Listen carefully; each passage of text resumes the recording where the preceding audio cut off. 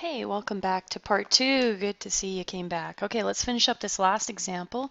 These ones are a little bit trickier for sure, but once you know how to do them and you recognize when you have this kind of question, it's not too bad.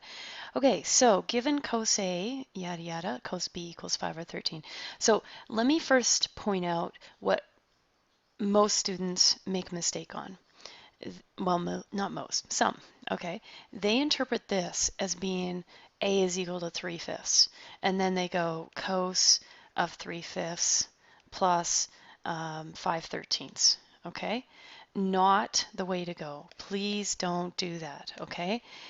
You have to see that as the cos of A is 3/5. The cos of B is 5/13.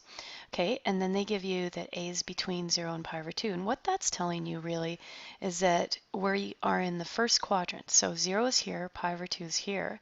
We're somewhere in this first quadrant, and this would be for angle A. Okay, now angle B, all right, this could be for angle B. They're saying is between 3 pi over 2, which we know is here, and 2 pi, which we know is here. So it's somewhere in quadrant 4 would be our angle B. I'm just going to move that down a little bit. So this would be for B. All right, for each of those, we're going to draw a little reference triangle thing. All right, okay, now let's keep reading. Find the exact value. Okay, what that means is no decimals that you had to round on the calculator.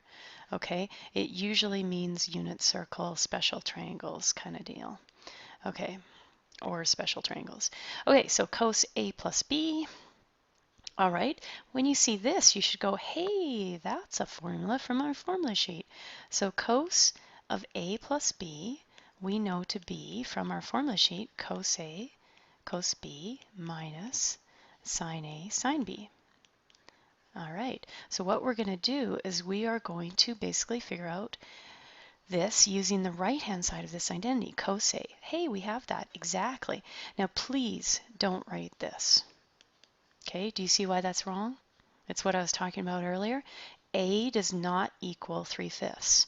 Okay, wrong. Please don't do that. All of cos A is 3/5. So that gets scooped out and 3/5 goes in for it. See that? Okay, cos B we also have. That is 5 over 13 minus, now here's where we hit the problem. We don't have sine A, we don't have sine B. So that's why all this other information was given. Let's go to our A. If cos A, let me just use a different color here. If cos is x over r, remember that from the last unit, that's basically telling us that the x on this triangle is 3 and our r, the radius here, would be 5. Okay, and using Pythagorean theorem, we could figure out this side to be 4. That's a common triangle, 3, 4, 5 triangle. Okay, it's a good idea to kind of memorize that, save you some time. All right, let's do cos B. Again, it's cos, so x over r. That would tell me that x is 5. That's this side here. This is x. And r is 13. That would be the hypotenuse.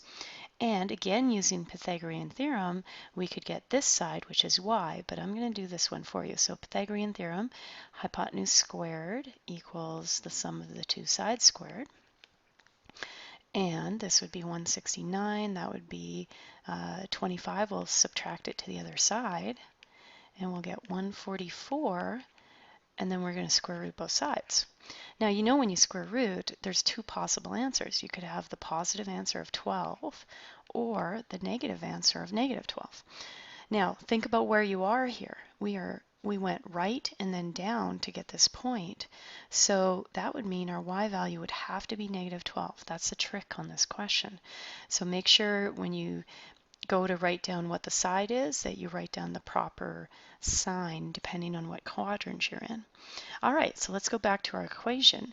Sine of A, so let's go to the A angle here. Sine y over r, so that's going to be 4 over 5. I'll just write that down. So sine A is going to be y over r, which is 4 over 5. There we go. Okay, sine B, again, y over r. So the y value this time is negative 12 over the r, which is 13. So we'll put that in here. Okay, so since there's no radicals anywhere, we really could just put the whole thing in the calculator if you want.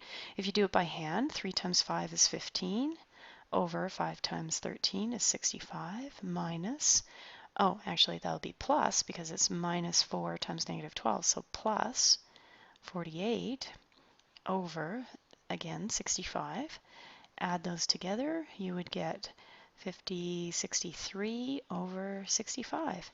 So there we go. The cos of A plus B is going to equal 63 over 65. That's our exact value. Yay! Okay, so hopefully you're well prepared now to do the lesson, and good luck with that. We'll see you next time in Lesson 7.